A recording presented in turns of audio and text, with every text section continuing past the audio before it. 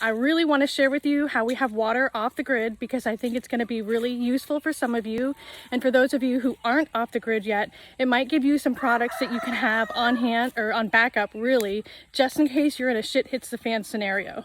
My family and I moved out here because we wanted to be more self-sustaining. We don't want to find ourselves in any situations like they had in Texas this year where their power went down, or in California where every so often their power grid goes down because the system can't sustain everybody.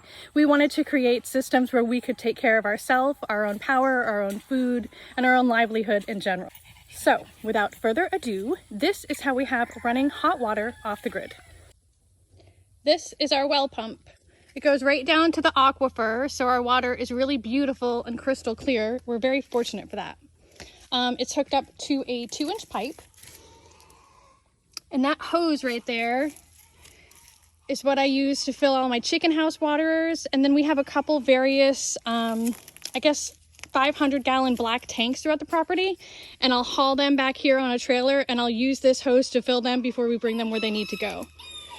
This pump uses 220 volts of power. And so we have this little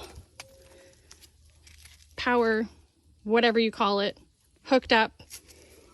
And when we need to use it, we plug this into our generator.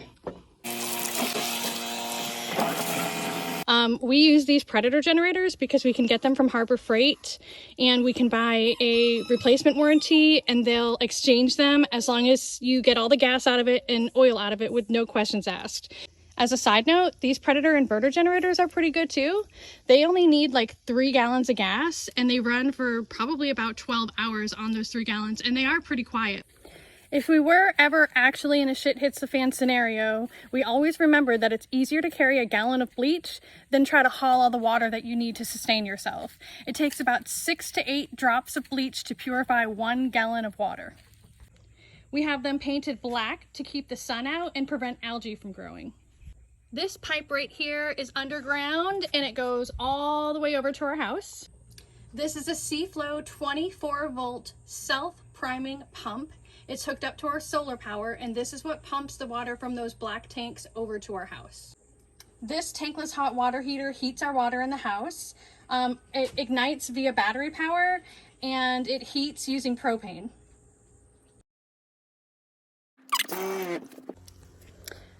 Tap that little red plus if you want to follow me for more off-grid tips, and message me or comment anytime because I'm always so happy to share any of our experience.